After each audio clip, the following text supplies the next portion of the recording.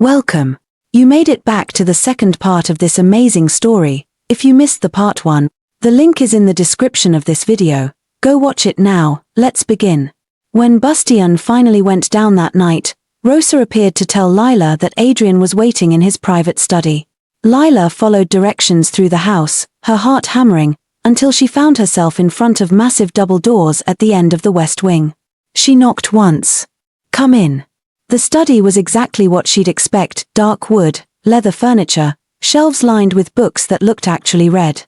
But what caught her attention was the wall of photographs Adrian stood in front of, a glass of amber liquid in his hand.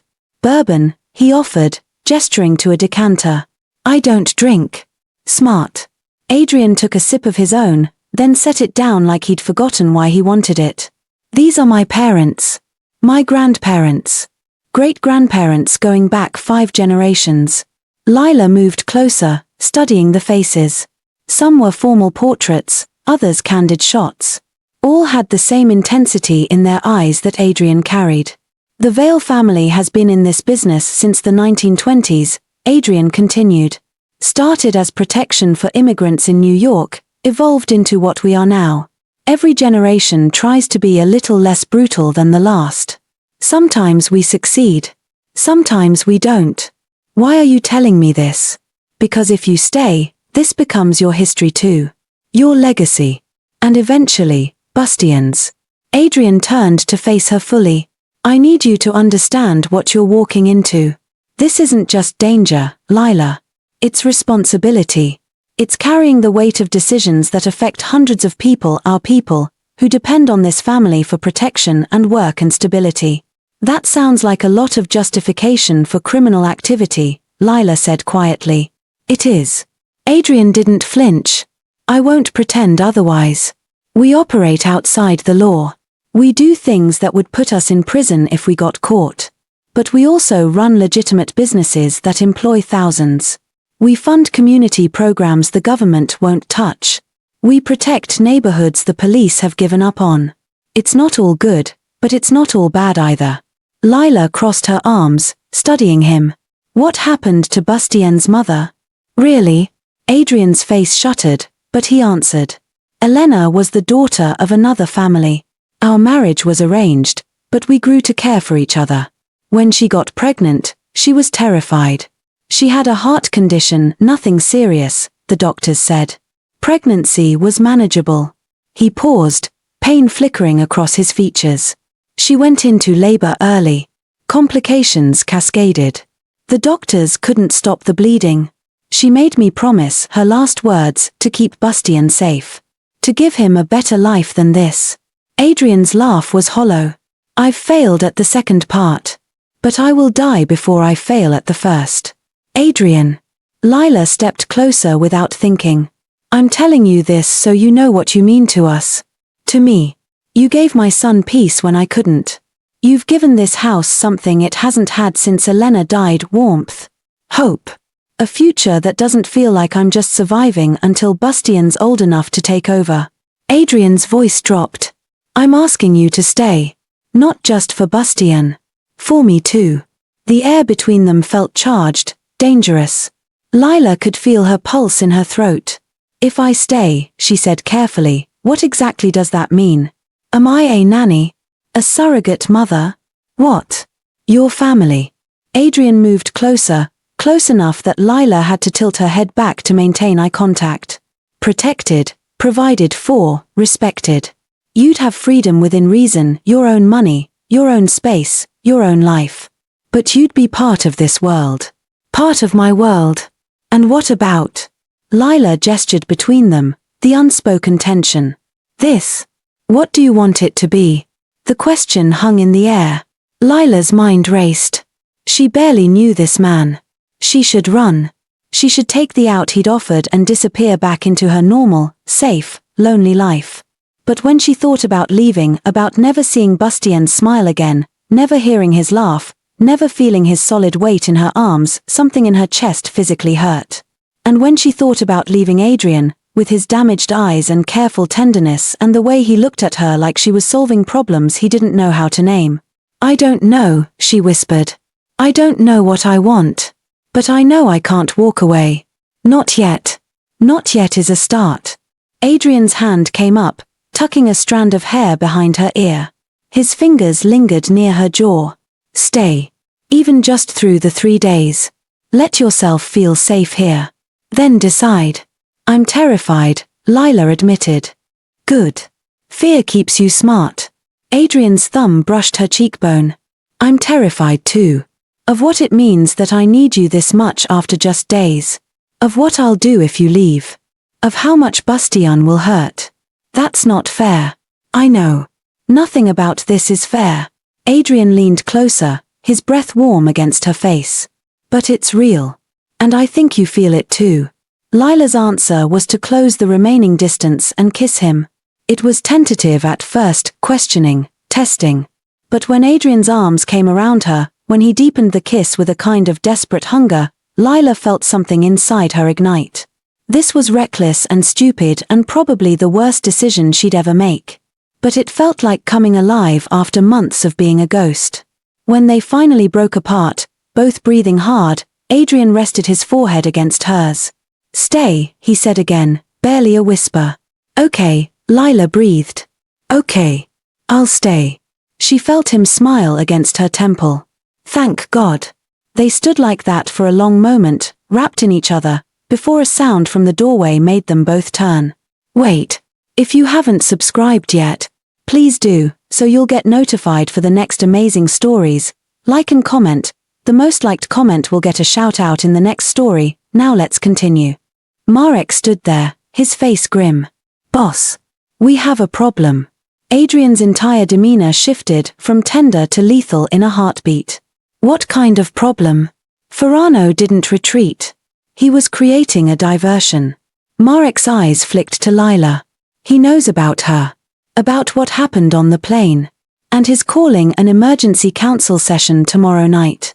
Damn it. Adrian's jaw clenched. How did he find out? Does it matter? He knows. And he's arguing that the bond makes her a strategic asset that should be under council control, not just Vale protection. Lila's stomach dropped. What does that mean? Adrian turned to her, his face hard but his eyes worried. It means the decision just got more complicated. The council can vote to claim jurisdiction over you, essentially making you a neutral party under their protection rather than mine. Sounds better than being in danger, Lila said, confused. It's not. Adrian's hand found hers, squeezing. Council protection means living in a secure facility. No freedom. No privacy. Constant surveillance. You'd be safe, but you'd be a prisoner. And Bastian would only be allowed supervised visits. That's insane. That's the mafia. Marek's voice was flat. They don't take chances with strategic assets. I'm not an asset. I'm a person. Lila looked between them. Can't I just reject the bond now? Before the meeting? Not anymore, Adrian said grimly. Ferrano called the session specifically to prevent that.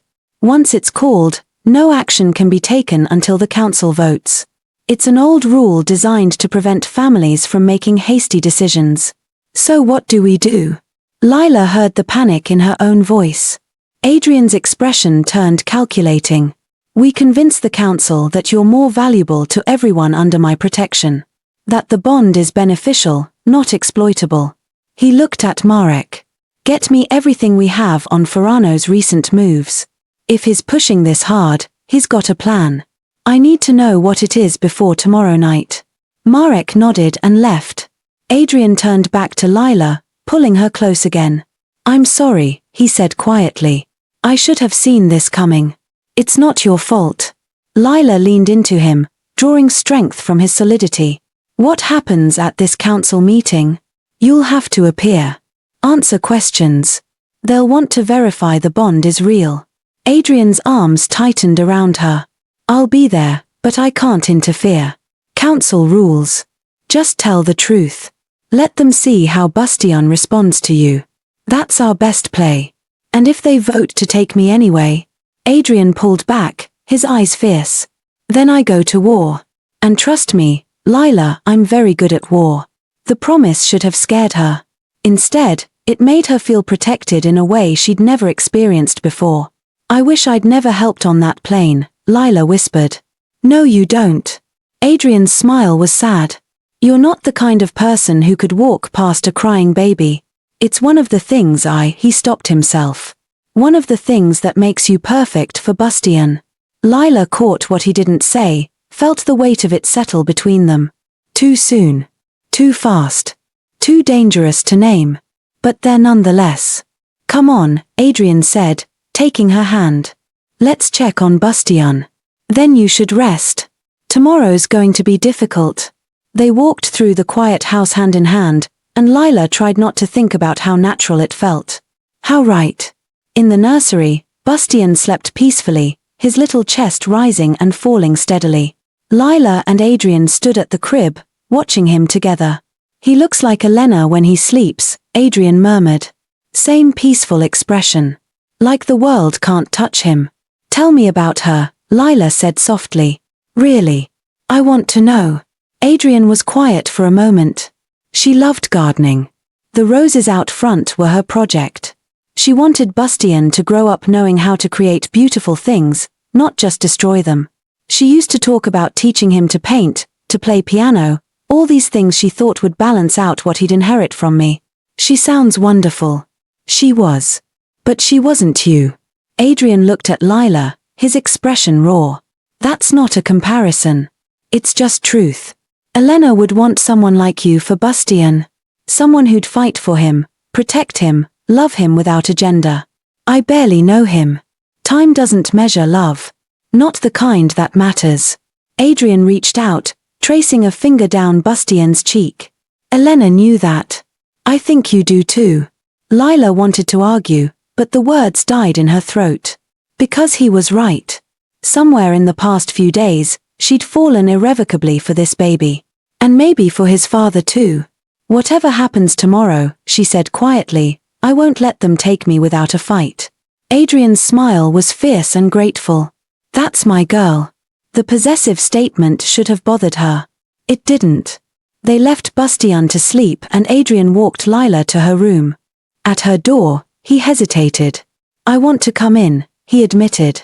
I want to hold you and pretend tomorrow isn't coming. But that wouldn't be fair. You need space to think clearly. What if I don't want space? Adrian's eyes darkened. Lila. I'm not asking for forever. I'm not even asking for promises. Lila took a breath. But I'm scared. And I don't want to be alone tonight. Adrian studied her for a long moment, then nodded. Okay. But just holding. Nothing more. Not until you're sure. They moved inside together.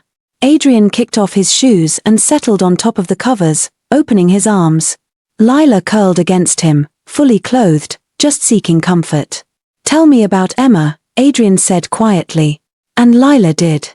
She talked about her daughter's laugh, her tiny fingers, the way she'd scrunch up her nose when she was concentrating. She talked about finding Emma that morning, about the paramedics' faces, about the funeral where she'd had to stand alone because Emma's father had left months before. Adrian just listened, one hand stroking her hair, offering presents instead of empty platitudes. When Lila finally ran out of words, Adrian kissed the top of her head. She was lucky to have you. Even for just 4 months. I was lucky to have her. I know. Adrian's arms tightened. And Bastian's lucky to have you now. Whatever happens tomorrow, remember that. Lila closed her eyes, listening to Adrian's heartbeat, and let herself pretend, just for tonight, that everything would be okay. The council meeting was held in a mansion that made Adrian's place look modest, a sprawling estate in Napa Valley that belonged to Don Marcello, the eldest of the families. Lila sat in the car between Adrian and Marek, Bastian in a car seat next to her, trying not to throw up from sheer nerves. Remember, Adrian said for the 3rd time, answer honestly. Don't embellish. And if anyone tries to intimidate you, look at me. What about Bastian? Here's your evidence. Let them see how he responds to you. The car pulled through gates guarded by men with obvious weapons. Lila's hands shook. Adrian covered one with his own. Breathe. You're stronger than you think. They entered a massive conference room where 6 men sat around an oval table, all older, all radiating the kind of power that came from decades of control. Don Ferrano sat directly across from where Adrian took his seat, a cruel smile on his thin lips. Mr. Vale. So glad you could join us. Ferrano's eyes moved to Lila. And this must be the infamous Ms. Hartman. Don Ferrano. Adrian's voice was ice. Let's skip the pleasantries. You called this session. State your case. Very well. Ferrano stood, buttoning his jacket. Gentlemen, we have a unique situation. Ms. Hartman here triggered the ancient feeding bond with the Vale heir. Normally, this would be a family matter. But given Mr. Vale's prominence and the strategic implications, I move that we claim jurisdiction. For her protection and ours. Denied, Adrian said immediately. You don't have a vote yet, Vale. We haven't heard from the lady. Ferrano's smile widened. Ms. Hartman, do you understand what's being discussed? Lila stood, Bastian in her arms. The baby was calm now but had been fussy in the car until she'd fed him. I understand you want to control me because I can feed a baby. Which sounds insane. Several of the dons shifted uncomfortably. Ferrano's smile didn't waver. It's not about control. It's about protection. Mr. Vale has enemies. You're now a target. Under council protection, you'd be safe from all families, not just Vale's rivals. Under council protection, I'd be a prisoner, Lila shot back. Adrian, Mr. Vale explained the terms. No freedom, no privacy, supervised visits with Bastian. That's not protection. That's captivity. Strong words. Don Marcello spoke for the first time, his voice gravelly with age. But not inaccurate. However, Ms. Hartman, the alternative is remaining in a war zone. Vale has many enemies. They will come for you. Then I'll deal with it. Lila looked at each man in turn. I'm not some helpless civilian who needs you to lock me away. I choose to stay with Adrian and Bastian. That's my right. Rights are flexible in our world, Ferrano said smoothly. The bond makes you valuable. Too valuable to waste on Vale's protection when the council could. Bastian chose that moment to spit up on Lila's shoulder, a perfectly timed baby move that broke the tension. Lila automatically shifted him, patting his back, completely focused on making sure he was okay. Don Marcello laughed, a rusty sound that seemed to surprise even him. Look at her, Ferrano. She's more concerned with the baby than with us. That's not an asset to exploit. That's a mother. She's not his mother, Ferrano insisted. No, Adrian said quietly, standing. But she's the closest thing he has. And if you take her away, you break a child who's already lost his real mother. Is that what the council does now? Destroys families in the name of strategy? The room went silent. The other dons exchanged glances. Finally, Don Vittorio, a man with silver hair and calculating eyes, spoke. I propose a compromise. Ms. Hartman remains with Vale. But she's marked as council protected. Any family that moves against her answers to all of us, not just Vale. This satisfies security concerns without imprisonment. That's not enough, Ferrano argued. She needs proper supervision. She needs to raise a child in peace, Don Marcello interrupted. Which she can't do in a council facility. I vote for Vittorio's compromise. One by one, the other dons voted. 4 for the compromise. 1 abstention. Only Ferrano voted against. Motion carries, Don Marcello declared. Ms. Hartman remains with Vale under council protection. Any questions? Ferrano's face was thunder, but he said nothing. Adrian's hand found Lila's back, steadying her. Thank you, gentlemen. Ms. Hartman and I are grateful. Don't make us regret this, Vale, Don Vittorio said. Keep her safe. Keep the boy safe. And remember, this protection extends only as long as the bond remains unbroken. Understood.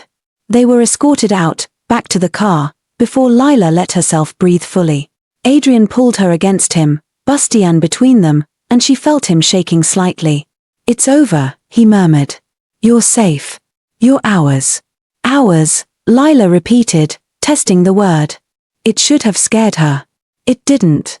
Marek started the car, and they drove away from the mansion as the sun set behind them. Bastian fell asleep against Lila's chest, full and content. What now? Lila asked quietly. Adrian looked at her, his expression soft. Now we go home. We figure out how to be a family. And I convince you that staying permanently isn't just about safety or Bastian. Oh. What else is it about? Us. Adrian's hand cupped her face. I know it's fast. I know it's crazy. But I'm falling for you, Lila Hartman. And I want to see where that goes if you'll let me. Lila's heart hammered. Too soon, her brain screamed. Too dangerous. Too complicated. But her heart whispered something else. Something about second chances and healing and love that grew from impossible situations. Okay, she whispered. Let's see where it goes. Adrian kissed her then, soft and promising and full of hope neither of them had felt in far too long. In the back seat, Bastian slept on, unaware that his life had just been secured. That his family had just been reborn from ashes and grief and a stranger's compassion on an airplane. 3 months later, Lila stood in the nursery watching Bastian toddle around, babbling to himself as he played with blocks. The roses Elena had planted were in full bloom outside the window, their scent drifting through on the warm breeze. He's getting so big, Rosa said from the doorway, a fond smile on her face. Too big. He'll be walking properly soon. Lila felt the familiar pang, bittersweet now instead of just painful. Emma would have been a year old. Learning to walk. Saying her first words. But Emma was gone. And Bastian was here. And Lila had finally learned that love wasn't betrayal. That her heart was big enough for both grief and joy. Mr. Vale is looking for you, Rosa added. Says it's important. Lila found Adrian in his study, standing by the window with an expression she couldn't quite read. What's wrong? Nothing's wrong. Adrian turned, and Lila saw the small box in his hand. Everything's actually perfect. For once. Her heart stopped. Adrian. I know we said we'd take it slow. I know 3 months is nothing. But Lila, I've lived more life in those 3 months than I did in the 3 years before. You've given me back everything I thought I'd lost. Joy. Hope. A reason to be more than just a survivor. He opened the box. Inside was a ring, simple, elegant, with a single diamond that caught the light. Marry me, Adrian said simply. Not because of Bastian or the council or protection. Marry me because I love you. Because you're the strongest, bravest, most compassionate person I've ever met. Because when I think about the future, you're in every single moment of it. Lila felt tears streaming down her face. This is crazy. The best things are. Adrian smiled. But I need to know, is this what you want? Really want? Not what you think you should want or what's practical. What does your heart say? Lila thought about Emma. About the life she'd lost. About how broken she'd been on that plane 3 months ago, sure she'd never feel whole again. And she thought about Bastian's laugh. About Adrian's arms around her at night. About the family they'd somehow built from tragedy and impossible circumstances. Yes, she whispered. Yes, I'll marry you. Adrian's whoop of joy was so unlike his usual control that Lila laughed through her tears. He slipped the ring on her finger, then kissed her like she was oxygen and he'd been drowning. I love you, he said against her lips. God, I love you so much. I love you too. And saying it, Lila realized it was completely, impossibly true. They were married 6 weeks later in a small ceremony at the house, just family and close friends.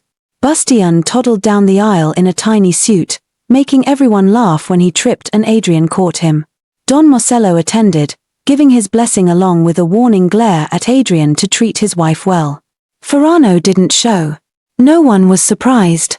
On their wedding night, with Bastian finally asleep and Rosa handling any potential wakings, Adrian carried Lila to his room, their room now, and made love to her with a tenderness that made her cry.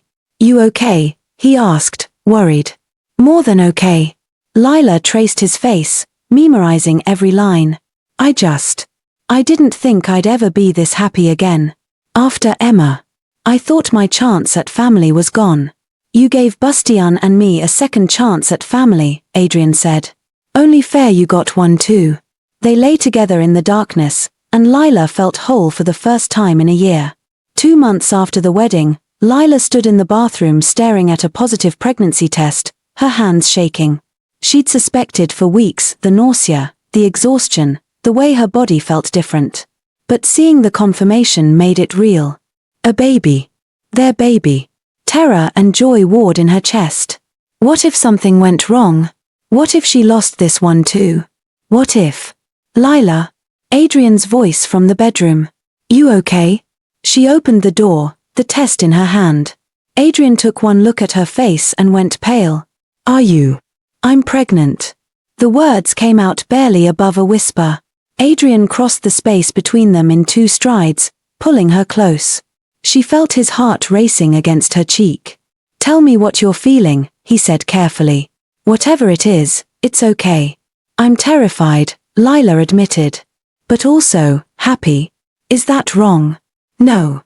Adrian pulled back to look at her. It's not wrong. It's human. And Lila?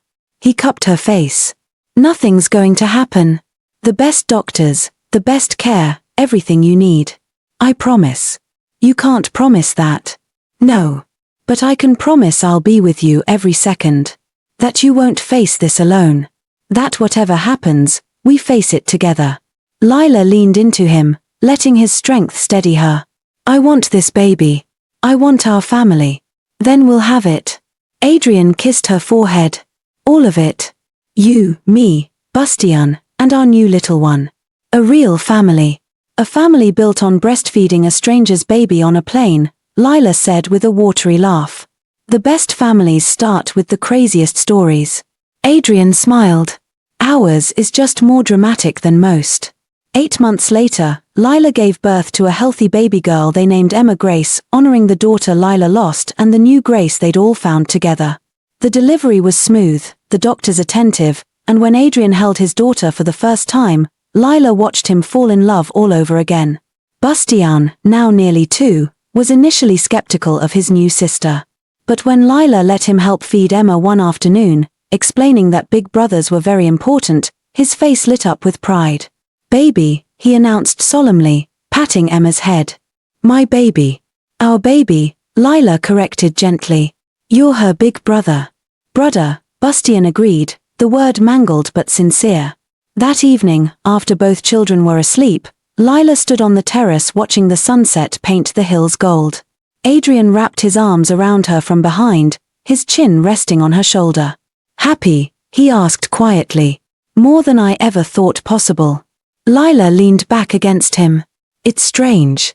A year ago, I thought my life was over. I thought I'd lost everything. And now I realize I didn't lose everything. I lost Emma. And that will always hurt. But I gained all of this. You, Bastian, our Emma Grace, this crazy beautiful life. She turned in his arms. I thought I was saving a baby on that plane. I didn't know I was saving myself. Adrian kissed her, slow and deep and full of promise. You saved all of us, Lila. Don't ever forget that. Inside, they could hear Rosa humming as she tidied up. The house smelled like the dinner they'd shared earlier, a real family meal with laughter and spilled milk and Bastian's insistence on feeding himself even though most of it ended up on the floor. This was home now. Complicated, dangerous sometimes, but full of more love than Lila had ever imagined. Come on, Adrian said, taking her hand. Emma will be awake soon for her feeding. And Bastian will probably have a nightmare and want to sleep with us, Lila added with a laugh. Wouldn't have it any other way. Adrian grinned. Welcome to our perfectly imperfect family, Mrs. Vale. Best decision I ever made, Lila said, meaning it with every fiber of her being. They walked inside together, toward the sound of their children stirring, toward a future neither could have predicted but both had chosen.